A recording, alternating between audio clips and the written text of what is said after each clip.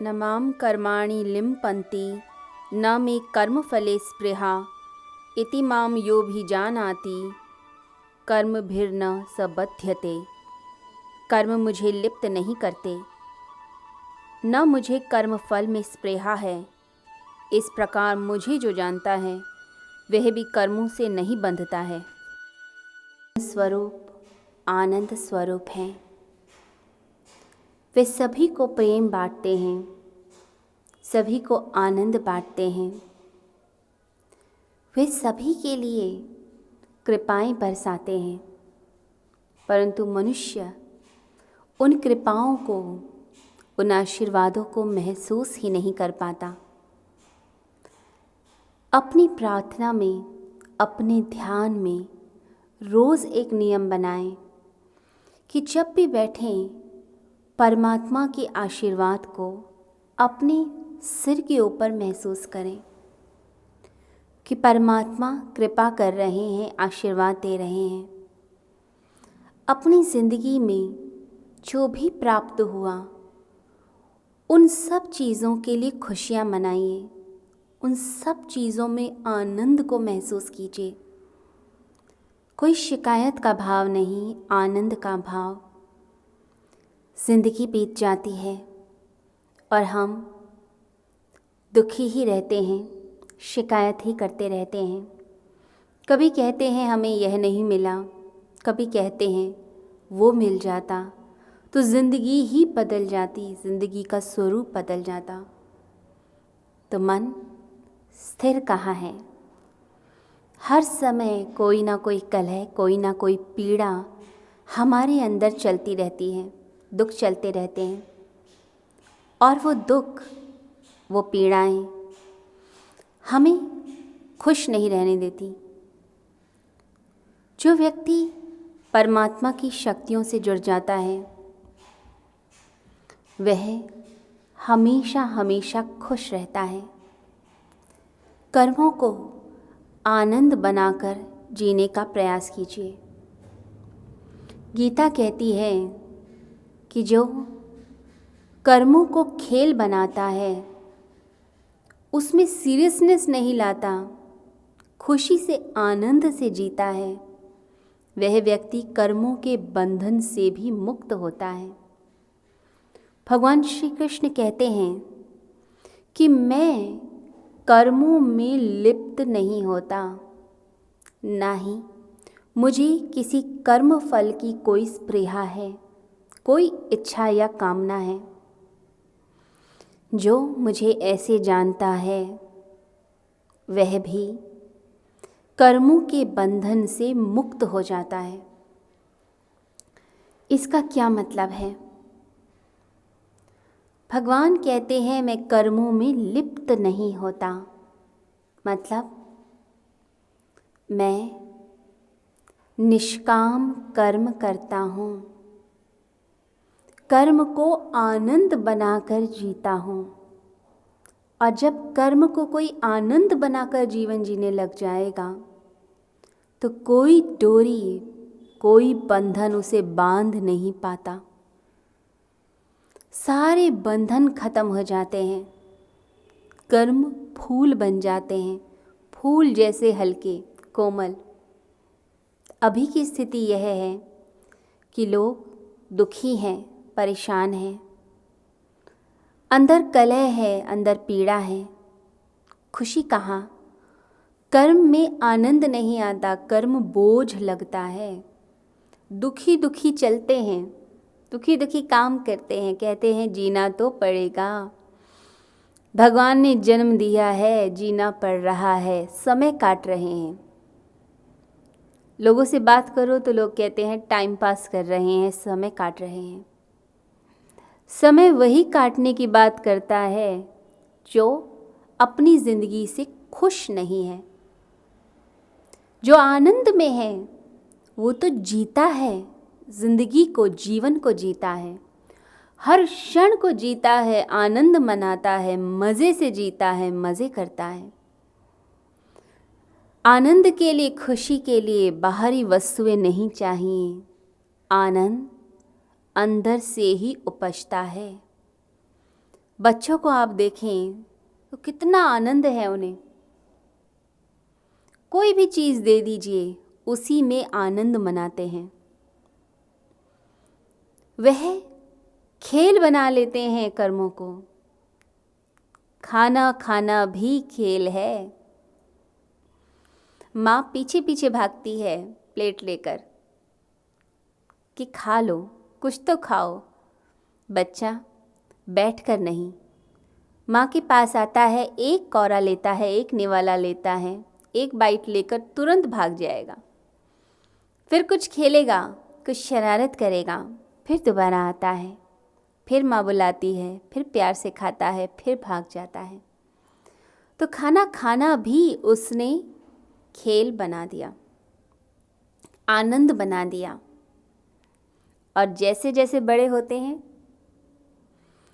तो हमारी हर चीज़ इतनी बोरिंग, इतनी बोझिल हो जाती है कि उम्र के साथ साथ उस व्यक्ति के साथ बैठना ऐसा लगता है कि यह बोझ ही है। आनंद नहीं आता।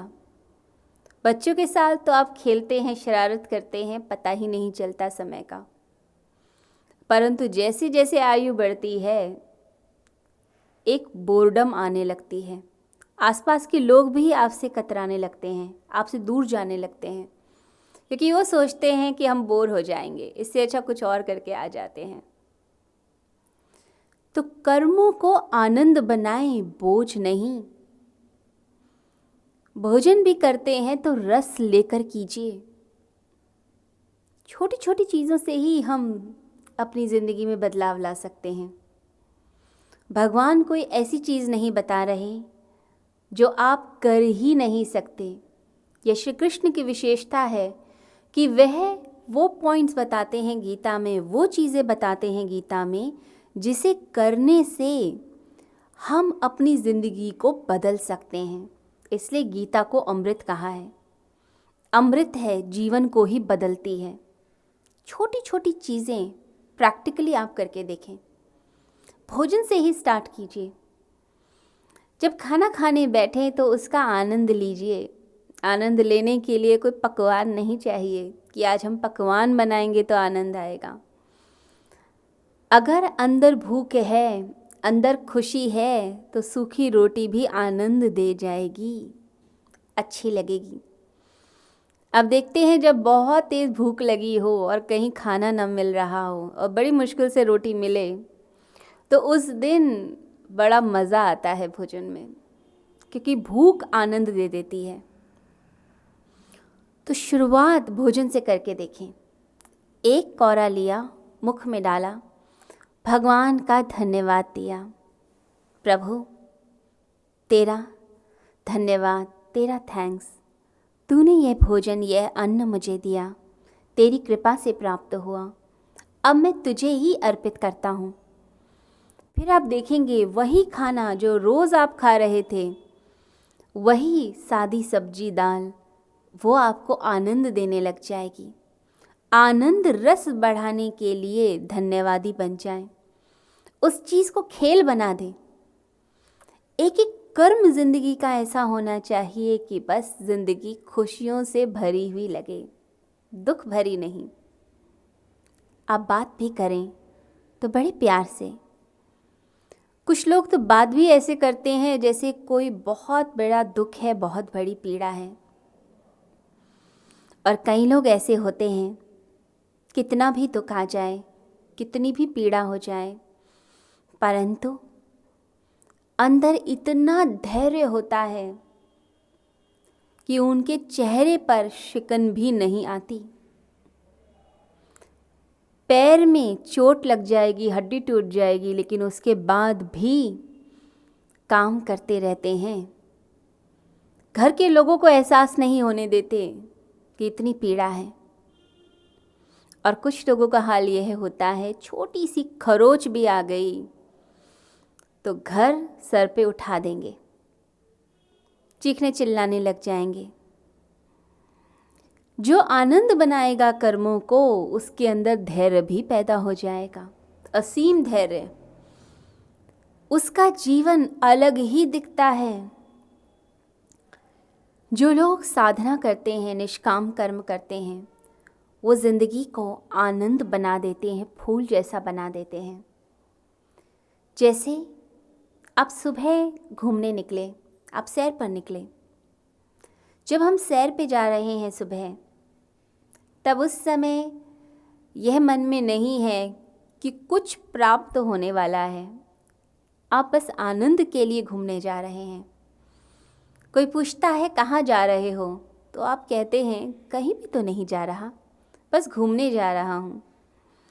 आप बगीचे में टहलते हैं, जब मन करा बैठ गए, जब मन करा चल पड़े, मन है वापस लौटने का तो पैर वापस आ गए। कोई प्लानिंग नहीं है, कोई ज़बरदस्ती नहीं है, कोई मजबूरी नहीं है कि मुझे यहाँ से यहाँ ही जाना है। आप कभी भी कदम वापस ले सकते हैं। एक हल्कापन होता है ऐसे घूमने में, और मन में ताजगी और हृदय पुलकित, चेहरे पर मुस्कान अलग होती है सुबह के समय, क्योंकि उस समय का जो कर्म है वो फल की आकांक्षा से गंदा नहीं है। जब हम कुछ प्राप्त करने के लिए कर्म कर रहे होते हैं, तब उस समय कर्म बोझ बन जाता है। जब आप खेल खेल में करते हैं कि यह क्षण, यह जो कृत्य है, यही आनंद है मेरे लिए और मैं उसको 100% करूँगा, पूरी श्रद्धा समर्पण के साथ करते हैं, और फिर आगे का नहीं सोचते। जो होगा वो तो परमात्मा ने देखना है, मैंने थोड़ी ना देखना है। जब ऐसी भावना आती है तो अंदर हल्कापन आता है। और जब कोई भी चीज़ रेस बन गई, दौड़ बन गई, तो कामनाएं, इच्छाएं सामने आ जाती हैं। फिर इंसान फंसता है और फिर कर्म बोझ बनने लगते हैं। तो भगवान कहते हैं गीता में, मैंने किसी मजबूरी में या किसी कंपल्शन के कारण सृष्टि की रचना नहीं की है। ये सृष्टि आनंद के कारण उपजी है, ये आनंद में ही मग्न है।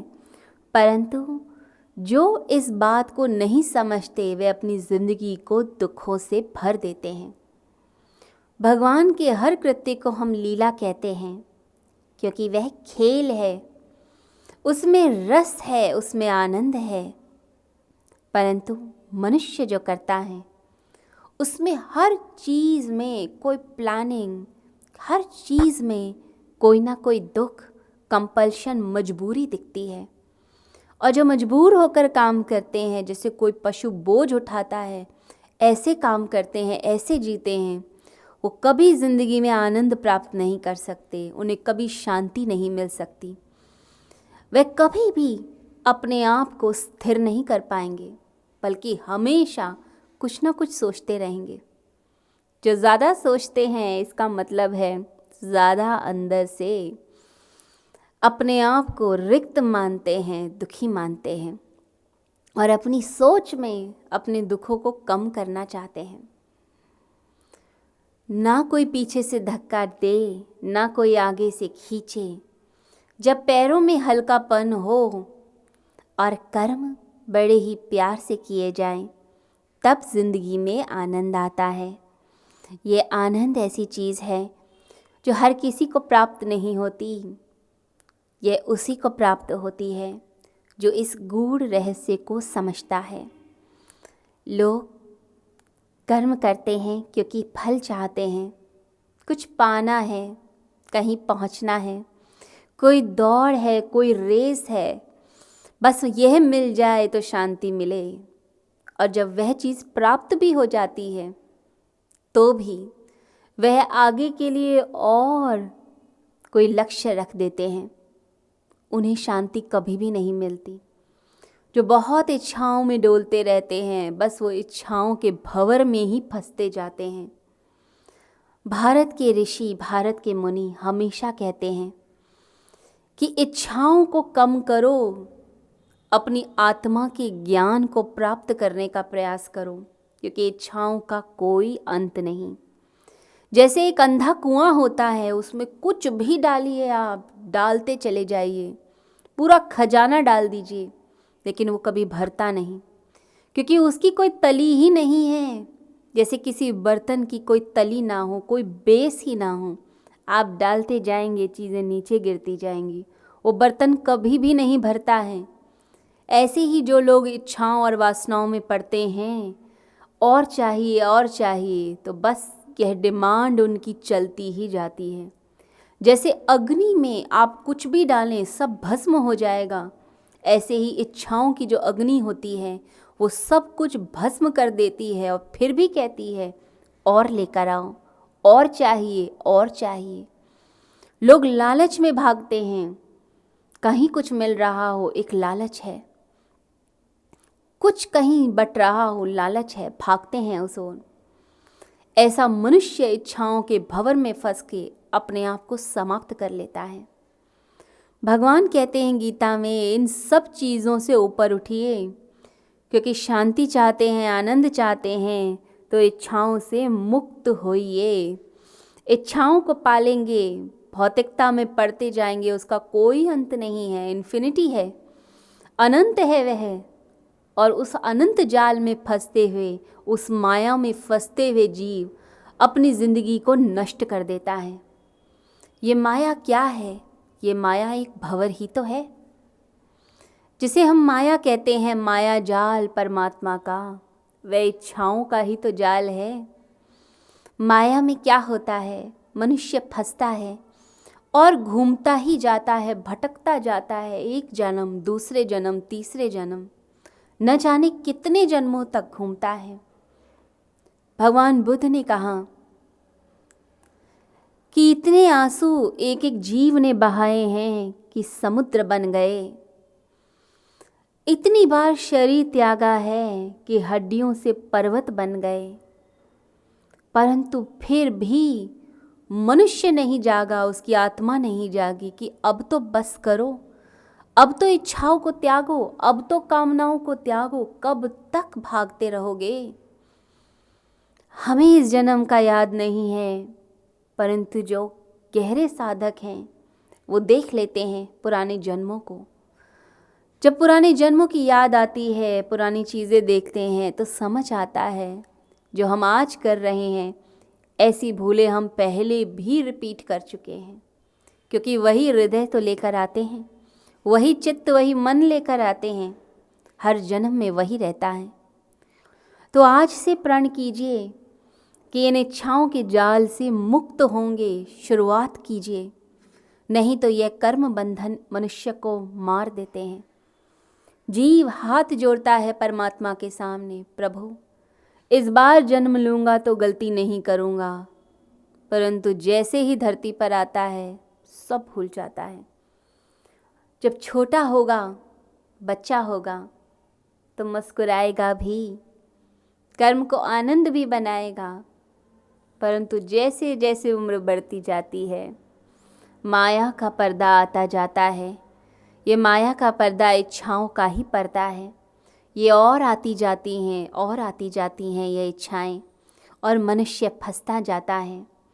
तो इसलिए कर्म को आनंद बनाइए और वर्तमान क्षण में जिए। जो कर्म करेगा और उसको आनंद बनाएगा, इसका मतलब है वो इसी क्षण में जी रहा है, कल के ख्यालों में नहीं है। आधी ज़िंदगी तो ख्यालों में ही बीत जाती है। हम यह करेंगे आगे जाके, एक सपना बनाया, एक लक्ष्य बनाया, वो मिल भी गया तो फिर आगे भाग पड़े, फिर दूसरा, फिर तीसरा, और कई बार तो जो सोचते हैं वो करते भी नहीं हैं, और आज का जो क्षण है उसको भी गंवा देते हैं। तो ख्यालों में ही ज़िंदगी बीत जाती है।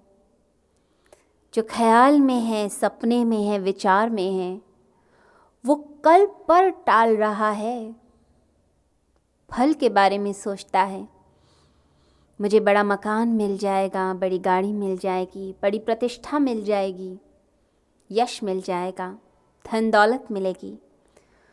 ये जब सोचते जा रहे हैं तो आज का क्षण क्या हुआ, वो तो निकल गया। एक चुटकी बजाएं, उस चुटकी में ही क्षण निकल जाता है। पलके झपकाएं, उसी में क्षण निकल जाता है। तो जो सोच है, जो हम आगे की सोच में लग जाते हैं, वो सोच में ये वर्तमान क्षण निकल जाता है। और याद रखिए, कर्म अभी इसी क्षण होते हैं और फलों की इच्छा, रिजल्ट्स जो हैं वो कल पर टलता है और कल कभी आज में आता नहीं।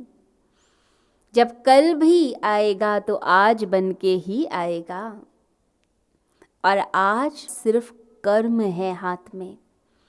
आपके हाथ में परमात्मा ने कर्म दिए हैं, इसलिए वर्तमान क्षण में जो जीता है वो सिर्फ कर्म करता है और जो भविष्य की योजनाओं में ही लगा रहता है वो कल के ख्यालों में अपने आज को नष्ट कर देता है।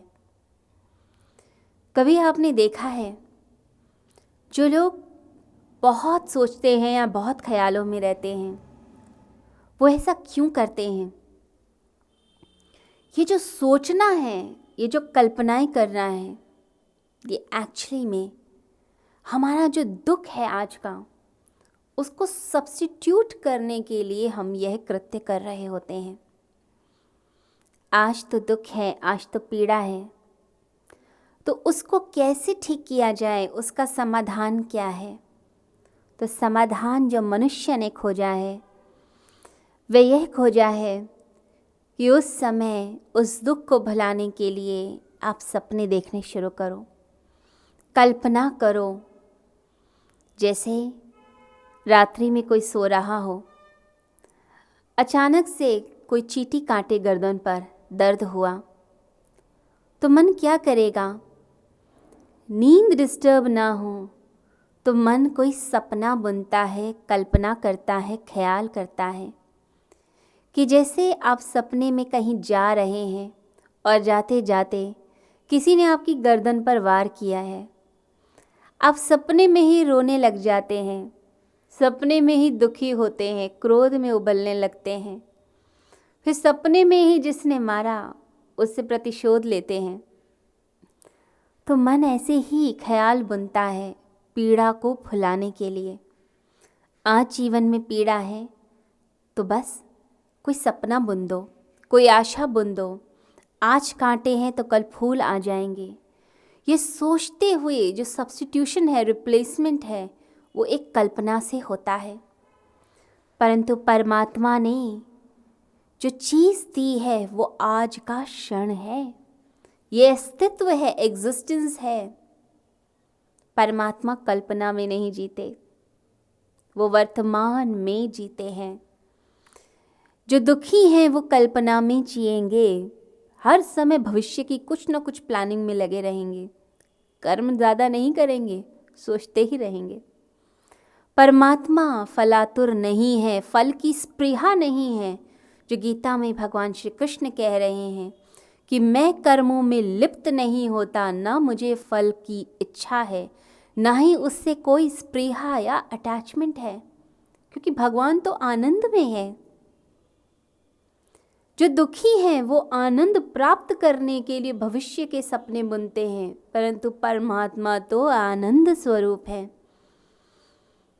वह तो रसों के भी रस हैं, वह आनंद है, प्रेम है, शांति है। तो परमात्मा को फल की कोई इच्छा नहीं, क्योंकि वह क्षण जीवी है, इसी क्षण में मौजूद है। आपने नोट किया होगा कि जब आनंद आ रहा होता है, जब अच्छा लग रहा होता है, आप किसी भजन में हैं, किसी सत्संग में हैं, कीर्तन में हैं, तो उस समय ऐसा लगता है कि बस मग्न हो जाओ। आप जाप कर रहे हैं, ओम नमः शिवाय, ओम नमः शिवाय, ओम नमः शिवाय। बस ये जाप चल रहा है। जाप चलते हुए आप उसी में ही खो गए। माला जाप करते करते सुध बुध ही ना रही, कहाँ बैठे हैं। कई बार ऐसा होता है, सर्दी में आप जाप कर रहे हैं, आपकी शॉल भी गिर गई, आपको पता ही नहीं है कहाँ बैठे हुए हैं। बस मन कुछ देर के लिए खो गया, क्योंकि आनंद उस समय आ रहा है। और आनंद के जो क्षण होते हैं उसमें व्यक्ति पूर्ण रूप से मग्न हो जाता है, गायब हो जाता है, उसी क्षण में समाहित हो जाता है। जब कोई व्यक्ति किसी से प्रेम करता है तो प्रेम के क्षणों में भी ऐसे ही होता है। लगता है बस वही हमारे सम्मुख बैठा रहे। आपका बेटा बहुत दिनों बाद आया, 1 साल बाद वापस आ रहा है पढ़ाई करके। अंदर इतना आनंद, इतना प्रेम है कि उस समय लगता है कि बस वह क्षण वहीं रुक जाए, ये समय यहीं रुक जाए और आप उसी में ही इन्वॉल्व होते जाते हैं। तो जो भी क्षण आनंद के होंगे उसमें पता नहीं चलता समय का। भगवान आनंद में रहते हैं, फिर आगे की क्या सोचेंगे। जब आप आनंद में जीने लगते हैं, वर्तमान क्षण में जीते हैं, तो उस समय भविष्य मिट जाता है, पास्ट मिट जाता है और रह जाता है सिर्फ और सिर्फ वर्तमान। और इसी वर्तमान में जो जीते हैं वही कर्म के बंधन से नहीं बंधते, मुक्त हो जाते हैं। कर्म के बंधन में वो फंसते हैं जो हर समय भविष्य से जुड़े हुए हैं, फलों की इच्छा से जुड़े हैं, और यही इच्छाएं हमें पकड़कर बांधकर नीचे रखती हैं। और जो जितना फलातुर होता है और ज़्यादा दुखी होकर और फल की इच्छा करता है, उसकी ज़िंदगी में और दुख आते जाते हैं। एक साइकिल बन जाता है। दुख मिटाने के लिए मनुष्य ने साधन ढूंढा, कल्पना का, सपने का, भविष्य की इच्छाओं का, आशाओं का, परंतु परमात्मा क्या सॉल्यूशन दे रहे हैं, क्या समाधान दे रहे हैं मनुष्य जाति को। कृष्ण कहते हैं, इसी क्षण में जियो, इसी क्षण को आनंद बनाओ, कर्म को आनंद बनाओ, खेल बनाओ। यदि कर्म को आनंद या खेल बना लोगे तो ज़िंदगी में खुशियाँ ही खुशियाँ हैं। कर्म के बंधन में नहीं फंसोगे, मेरे स्वरूप को प्राप्त कर लोगे। हर समय फलों की इच्छा में मरने से अच्छा है कि व्यक्ति कर्म को ही आनंद बना ले। जीसस कहते हैं कि आज का ही भोजन पर्याप्त है। प्रभु, आज की ब्रेड, आज की रोटी ही मेरे लिए पर्याप्त है, मुझे कल की चिंता नहीं। जो साधुजन होंगे वे कहेंगे, यही क्षण पर्याप्त है, दूर के दृश्यों की कोई आकांक्षा नहीं। दूर के ढोल नहीं चाहिए, वो सुहावने लगते हैं, मुझे नहीं चाहिए। जो आज मेरे पास मौजूद है मैं उसमें संतुष्ट हूँ। कृष्ण कह रहे हैं गीता में, आज, अभी, हियर एंड नाउ, यहीं पर ही आनंद है। ये वर्तमान ही आनंद दे रहा है, ये कर्म ही आनंद दे रहा है। और जब आप गहरी साधना में जाएंगे तब आपको समझ आएगा कि वाकई में ये जो शब्द लिखे हैं कृष्ण ने गीता में, जो एक एक श्लोक है वो सत्य है।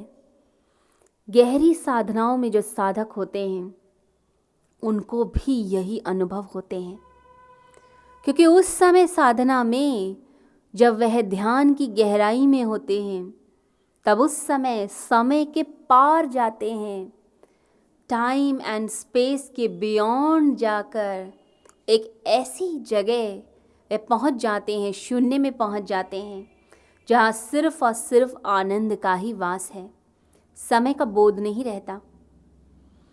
आंखें बंद करके जब अपनी गहरी शांति में उतरते हैं तो लगता है जैसे बस यही क्षण है।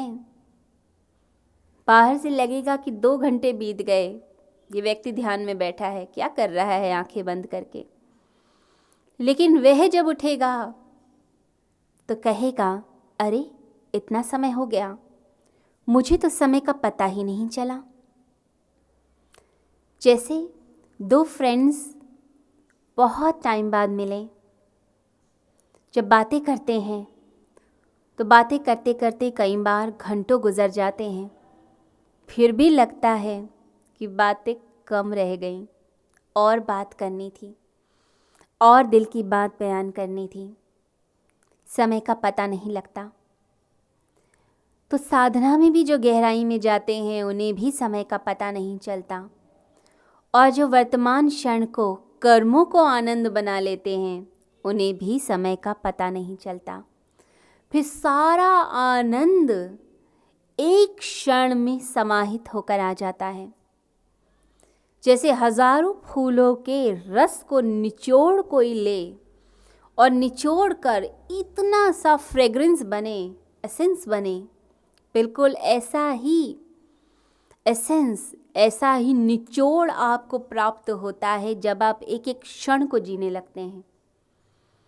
परमात्मा भविष्य जीवी नहीं, क्षण जीवी है, एक एक क्षण में मौजूद।